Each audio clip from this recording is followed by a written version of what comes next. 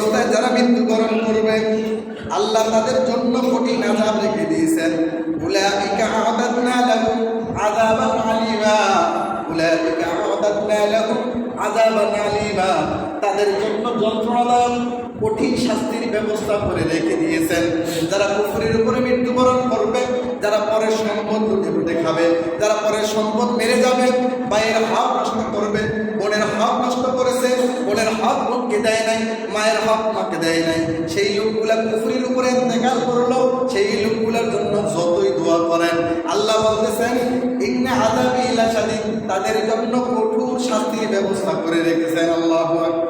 পিতামাতার হক নষ্ট করলেন, পিতামাতার হুকুম অমান্য করলেন, আল্লাহর হুকুম অমান্য করলেন, ভাইয়ের হক নষ্ট করলেন, প্রতিবেশীর হক নষ্ট করলেন, প্রতিবেশীর নিয়ে গীবত করলেন, ইমাম সাহেবকে নিয়েও গীবত করা হয়।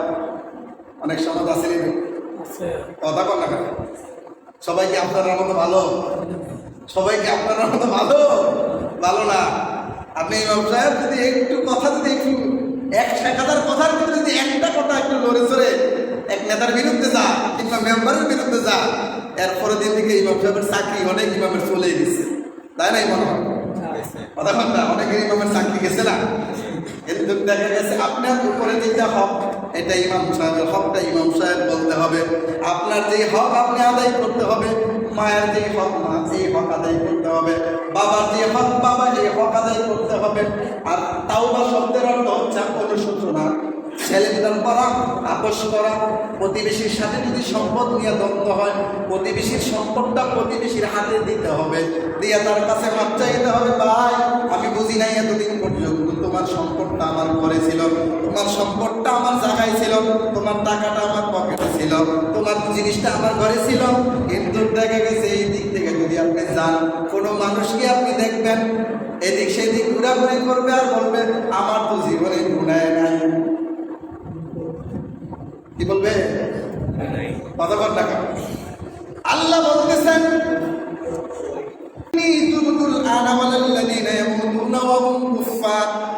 এই অবস্থায় যারা মৃত্যুবরণ করবে আল্লাহ তাদের জন্য কঠিন আযাব রেখে দিয়েছেন।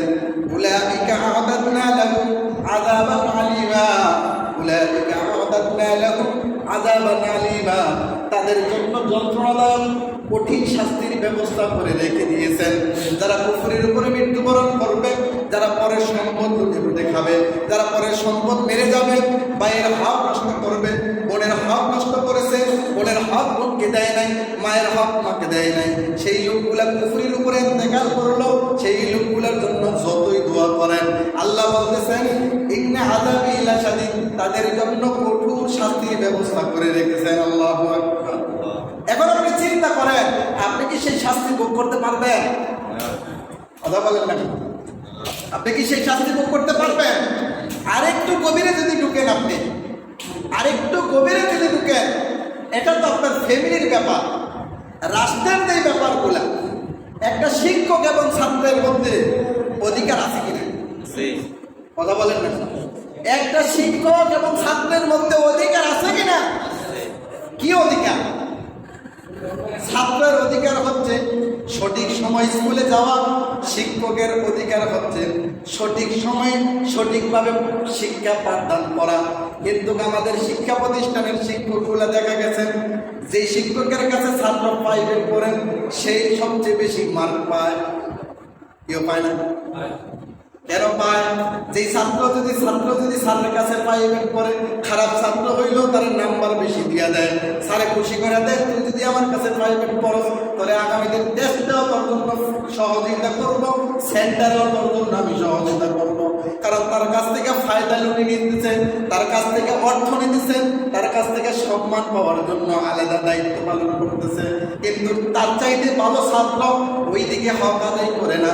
শিক্ষক হিসাবে কালকে আমাদের দিন আল্লাহর দরবারে যতই তওবা করো, ছাত্রর কাছে ক্ষমা যতক্ষণ পর্যন্ত না চাবে, ওই শিক্ষক এই আয়াত অনুযায়ী ওই শিক্ষক কুফরের উপরে ইন্তেকাল করলো। নাউযুবিল্লাহ বললেন না? এই শিক্ষককে কি কুফরের উপরে ইন্তেকাল করলো, কারণ হক যদি আদায় না করে। এটা সর্বদিক থেকে আপনি আল্লাহর হক আপনি মাপ চাইলে আল্লাহর কাছে মাপ পাইবেন, কিন্তু বান্দার হক কোনো অবস্থাতে আল্লাহর কাছে মাপ পাইবেন না। আর কাছে চাইতে হবে, কথা বলেন না কেন? এই ইমাম সাহেবের হক হচ্ছে কোরআনের কথাগুলো মুসল্লিদেরকে সঠিকভাবে বুঝাইয়া দেয়। যদি না দেয়, যে ইমামে না দেয়, সেই ইমামও এই আয়াতের উপরে যদি চায়, সেই ইমামও কুফরের উপরে ইন্তেকাল করবে। নাউজুবিল্লাহ বলতেন না? তাইলে ইমাম সাহেবের হক আসেনি? ইমামের হক কি শুধু মহল্লার দাওয়াত খাওয়া আর বড় বড় সালাম দেওয়া, পান সাবান আর জি হুজুর ভালো আছে ভালো, এটাই দায়িত্ব?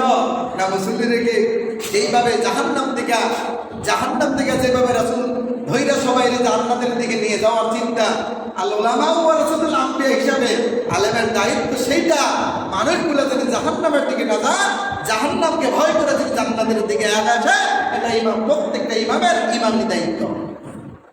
প্রত্যেকটা ইমামের ইমানি দায়িত্ব এবং আল্লাহর হুকুম। এই কোরআনের আয়াত যদি সে গবেষণা করে এই কথা পাবে। মায়ের হক মাকে দিতে হবে, মুসল্লির হক, কথা বলেন না, মুসল্লির হক মুসল্লিকে দিতে হবে, ছাত্রের হক ছাত্রকে দিতে হবে, বাবার হক বাবাকে দিতে হবে। শুধুমাত্র দেখা গেছে আপনি অধিকাংশ লোকের অবস্থাকে দিয়ে এরকম। তার কারণ হচ্ছে সমাজের মানুষের সাথে সমাজের মানুষ আপনার হক বুঝে না বিধায় আপনার কাছে কোনো কিছু দাবি করে না। কিন্তু ঘরের মানুষটা কমপক্ষে হক বুঝে যে আমার ছেলে ইনকাম করে আমার টাকা দেয় না কেন। পৃথিবীর শ্রেষ্ঠ একটা ঘর কি মসজিদ? এই মসজিদের চাইতে শ্রেষ্ঠ ঘর তো নাই। আপনারা সবাই দেখার ছাত্র। পৃথিবীর ভিতরে যদি জান্নাত খুঁজে পান এই মসজিদ, আর না তাহলে আপনি কোথাও পাবেন না। আমরা সবাই তো মুসলিম করে পরিবার, মানুষ হত্যা এর চাইতে নিকৃষ্ট অপরাধ বান্দার সাথে বান্দার আর হইতে পারে না। কারণ মানুষ হত্যার অধিকার আপনাকে কেউ দেয় না। জীব হত্যা কি মহাপাপ, আর শ্রেষ্ঠ জীব হচ্ছে মানুষ। আশরাফুল মাখলুকাতের শ্রেষ্ঠ জীব হচ্ছে মানুষ। এই মানুষ হত্যার জন্য বুখারীর হাদিস আছে, একটা মানুষ হত্যার জন্য আল্লাহ গোটা জাতিকে জাহান্নাম দিতে পারে। আল্লাহ রাগ কি থামাইতে পারবে? আল্লাহ যদি রাগান্বিত হন, পৃথিবীর এমন কোনো নবী রাসূল নাই যে আল্লাহর সামনে কথা বলতে পারবে। কিন্তু দেখা গেছে হাজার হাজার ঘটনা, প্রতিদিনের ঘটনা আমরা এই দেশে দেখতেছি, শুনতেছি। অনেক কথা আছে। আল্লাহ আমাদের মাফ করুক, সবাই বলি আমিন। দেখেন, একটু চিন্তা করেন, মানসিক চিন্তা ভাবনা যতদিন পর্যন্ত না নিতে পারবেন ততদিন পর্যন্ত দেখবেন দেশ, সমাজ, গ্রাম, আপনার পরিবার সংশোধন হবে না। আপনি মানসিক চিন্তা নেন যে আমার মায়ের হক আমি মাকে দেব। মায়ের হকটা কি? আপনি আজকে বেতনে চাকরি করেন, ভালো বেতনে চাকরি করেন, এখান থেকে 2000 টাকা আপনার মারে আইনা গোপনে আপনি দেন হাতে। কারণ আপনি যেদিন স্কুলে গেছেন, পরীক্ষা দিচ্ছেন, আমার মনে আছে যখনই পরীক্ষা দিতে যাইতাম, মা চেষ্টা করতো, মায়ের যেখান প্রত্যেকটা মা দেখবেন মায়ের অবস্থান থেকে চেষ্টা করে একটা 2টা ডিম বিক্রি করে হলো ছেলেটারে 10টা টাকা দেয় হাতে নিয়ে, বাবা এটা আমি তো দিতে পারলাম না, আমি তোকে দিলাম। আমার হক যে আমি আদায় করি না, নানির জন্য দোয়া করি না, নানির খবর জিয়ারত করি না, নানির খোঁজ খবর নেই না, নানিকে ভালো জিনিস দেই না, খাবার একটা ভালো কিনছেন, ভালো পাকাইছেন, উচিত আপনি ভালো খাওয়ার আগে নানির জন্য, নানার জন্য, দাদার জন্য, দাদির জন্য, মায়ের জন্য, বাবার জন্য আপনি একটু ভালো মানের খাবার নিয়ে যান। মাকে বসে একটু খাবার, দেখবেন আপনার মা দোয়া করে যাবে, আল্লাহ আমার প্রতি আমার কলিজা ঠান্ডা করে দিছে, তুমি আমার ছেলেকে জাতির জন্য একটা ঠান্ডাময় একটা জাতি তৈরি করবে। করবে কিনা বলেন? আপনি জান্নাতে যাওয়ার লাগা বড় বড় পিসাবের পাস হইতেছেন, বড় বড় কলারশরী নিয়ে দান করতেছেন, গাভীর প্রথম দুধ নিয়ে দান করতেছেন। গাভীর প্রথম দুধ পিসাবে দিলে আপনি জান্নাতে যাইতেও পারেন, নাও যাইতে পারেন। মাকে যদি আপনি দেন, শিক্ষা দিয়ে দিচ্ছেন, পিসাবের দোয়া কবুল হইতেও পারে, নাও হইতে পারে। মা এবং বাবার দোয়া 100% কি কবুল। তো কোন দিকে যাবেন আলোচনা? একটা সন্তান যদি ইচ্ছা করে যে আমি ভালো মানুষ হয় সম্ভব, মা বাবা যদি সারাদিন বেল নিয়ে বসে থাকলে ভালো হবে না। সন্তান চিন্তা করতে হবে আমার ভালো হতে হবে, প্রতিবেশীর সাথে আচরণ কি করতে হবে? ভালো করতে হবে। হক নষ্ট হইলে প্রতিবেশীর কাছে কি করতে হবে? ক্ষমা চাইতে হবে। কিন্তু আমাদের জাতির কাছে আজকে কিন্তু ক্ষমাটা পাইছে। হাজার মানুষের সামনে দেয় মা আগায় না রাস্তা, আমার সন্তানটা পরীক্ষা দিতে যাচ্ছে, আমার সন্তানটার চাকরি হয়েছে, মানুষের বাড়ি বাড়ি হাইটা বলে আমার সন্তানের চাকরি হয়েছে, দোয়া করো আমার সন্তানটা সুখে থাকবো। কিন্তু মা সারা জীবন আপনার সুখের জন্য চেষ্টা করলো, আপনি কি করলেন?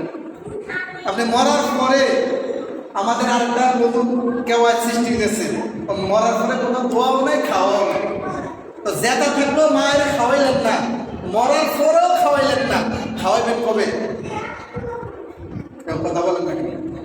আল্লাহ বলছেন ওয়ালা ইয়াহুদ্দু আলা তুআমিল বুঝলেন কথা, ওয়ালা ইয়াহুদ্দু আলা তুআমিল মিসকিন। এই মিসকিনকে খাওয়াবেন না, তা আপনি কিভাবে জান্নাতে যাবেন? নিজেরা বাঁচবেন, চিন্তা করবেন, ফিকির করবেন। এই কথাগুলো সবাইকে একটু চিন্তা করার বিষয়। চিন্তা করার পরে আপনার দিল যদি সাক্ষী দেয় যে না আমার ভাইয়ের হক মারছি, তার কাছে ক্ষমা চাওয়ার লাগবে না, ক্ষমা চাইেন না। কিয়ামতের দিন আপনি লক্ষ লক্ষ কোটি কোটি বছর 1 বিঘা জায়গা যদি খান, 1 বিঘার মাটি সমুদ্র পর্যন্ত মাটিটা উঠাই আপনার কাঁধে দেওয়া হবে। ওই দিন বোঝা যাবে আপনি কতটুকু বহন করতে পারেন বোঝা। এক গাছের ডাব খাইছেন 2টা। আমাদের অনেক যুবকরা গাছের ডাব খায় না, কথা বলেন না, গাছের ডাব চুরি করে না। হ্যাঁ, ডাব চোরদেরকে আমি বলে দিই, যারা ডাব চুরি করছ, পেছনে যারা করে লাইছ, মালিকের গিয়া গোপনে গিয়া বলবা চাচা তোমার গাছ থেকে 2টা ডাব খাইছি, 2টা ডাবের দাম 100 করে 200 টাকা হাতে দিবা, প্রথম দিয়া তার খাওয়া 2টা ভাব চাইবা দেব, চাচা আমি জীবনে আর কোনোদিন তোমার গাছের বড় বড় আসবো না, প্রয়োজন হলে তোমার কাছে চামু, মিসকিনের মতো তোমার কাছে চামু। আপনি যারা ডাব খাইছেন, যারা এরকম অন্যায় করতেছেন, আজও সমাজে যারা এইগুলো করতেছেন, তাদের অনুরোধ করে বলি, একটা ডাব হয়তো খাইছেন, একটা ডাবের দাম আজকে বর্তমান বাংলার জমিনে সর্বোচ্চ 150 টাকা, এর উপরে না। সর্বোচ্চ কত? 150 টাকা যদি বড় হয়, আর ছোট 120 টাকা 100 টাকার ভিতরে পাবেন। আপনি 2টা ডাব খাইছেন, কিয়ামতের দিন মনে করেন এরকম 2টা এরকম গর্জিত সমান পরিমাণ বা 2টা পাহাড় বড় সমান পরিমাণে 2টা ডাবের উপর হবে, আপনি কি সেই ডাবটা বোঝা দিতে পারবেন? আমি কি পারবো বলেন? আমি কি পারবো? আমি পারবো না। সেই ওই দিন আমি এই আযাব সত্যি করতে পারবো না। অনুরোধ করে বলি, এই কোরআনের আয়াত থেকে পাওয়া যাচ্ছে যারা যে ইমান হক নষ্ট করছেন তার হকটা তার কাছে ফিরে দিবেন। দেখবেন যদি সেই ব্যক্তি ভালো হয়, সেই ব্যক্তি যদি মানুষের চিন্তা থাকে, আপনাকে দেখবেন আল্লাহর রাস্তায় ক্ষমা করে দেবো। বাবা 2টা ডাব খাইছো, এটার লেগে আমার কাছে আসছো, যা আমি তোমার মাফ করে দিলাম। তাও তো আপনি মুক্তি হইলেন, তাও তো আপনি নিষ্পাপ হইলেন। আর যদি না বলেন, না বিনিময় দেন, না পরিশোধ করেন, কিয়ামতের দিনের বোঝা বহন করতে হবে। তার প্রমাণ কি? আল্লাহর কোরআন। তার প্রমাণ কে? আল্লাহর কোরআন বলতেছে। এরপরে যদি আপনি জান্নাতে যাইতে না পারেন, তাইলে কি ইমাম সাহেবের দোষ, হুজুরের দোষ, নবী রাসূলের দোষ, কোরআন হাদিসের দোষ? আমরা অনেকে বলি কি শান্তি নাই, আমি শান্তির কাজ করতে হবে, শান্তি কোথায় আছে বুঝতে হবে। কারা দায়ী? আমরা দায়ী। জান্নাত থেকে আপনি বঞ্চিত হয়ে যাবেন যদি সঠিকভাবে আল্লাহ কোরআন অনুযায়ী নিজের জীবনকে পরিচালনা না করেন। আল্লাহ আমাদের সবাইকে দ্বীনের সহিহ বুঝ দান করুন। যুবকরা কি রাগ করছে? যুবকরা ভাবতেছে যে মসজিদে আইনা হকবালায় ফোলা যাইছে, আচ্ছা ডাক্তার হয়ে দিচ্ছে। অনেকে ভাবতেও পারে, এরকম একটা চিন্তা নিতেও পারে যে যায় মসজিদে আইনা, আজকে সপ্তাহ আইছি, এবার 15 মিনিট বেশি কইরা আমরা ডাক্তারের যে চুরুমিয়া তারা হয়েছে। আপসে আপনি নিজে সব গেলে রাতের অন্ধকারে ওই চাচার কাছে গিয়ে ক্ষমা চাইবেন, চাচা আমি বুঝি নাই। আপনি আর কারোর কাছে বললেন না, আমি যাচ্ছর এই কথা যদি মানুষ জানে, আমার কাছে নামাজ পড়বো, কথা কর না, নামাজ পড়বো। আমি যদি সমাজে মেম্বার দ্বারা আমার কেউ ভোট দিব, 4 মিনিট দ্বারা মানুষ কি করতে তো দাম খরচ লাগাবে, তাহলে চাচার কাছে যাই কি চাই দিব? ক্ষমা চাইতে হবে। এই হচ্ছে আজকের আলোচনা, এই হচ্ছে আজকের ওয়াজ। তওবা করতে হবে। তওবা, যার হক নষ্ট করছে তার কাছে ক্ষমা চাইবেন। আল্লাহর হক নষ্ট করলে আল্লাহর কাছে নিরিবিলে বসে বসে কাঁদবেন, আল্লাহ আমি তো বুঝি নাই আমি একটা হক নষ্ট করেছি তোমার, আমি নামাজ পড়তে পারি নাই, আমি তোমার হুকুমগুলো মানতে পারি নাই, আমাকে তুমি মাফ করে দাও। আর যদি মাফ না করো আমাকে তুমি কেন বানাই? আল্লাহ আপনাকে মাফ করে দিবে। কিন্তু আমরা যে আজকে দাম্ভিকতা অহংকারের উপরে আছে, সিদ্ধান্ত নিচ্ছেন তো, যদি এরকম সমস্যা থাকে এগুলো ইনশাআল্লাহ মিট করে নেবেন। আল্লাহ রহমত আপনাদের উপরে হবে। জান্নাতে যাওয়ার জন্য বেশি কিছু আমল লাগবে না। জান্নাতে যাওয়ার জন্য বেশি কোনো আমল, কথা বলেন না কেন, বড় কোনো আমল লাগে না। জান্নাতে যাওয়ার জন্য সহজ, যদি আপনি আল্লাহর হকগুলো আদায় করেন, বান্দার হকগুলো ঠিক রাখেন। হন না আপনি চিহ্ন চিহ্ন, না থাকুক আপনার বাড়ি, না থাকুক আপনার ঘর, না থাকুক আপনার কোনো কিছু থাকার দরকার নাই। ঈমান যদি ঠিক থাকে, আল্লাহ রাসূল যদি সহি করতে পারেন, আপনার জান্নাত আটকায়, কি বলেন? আপনার জান্নাত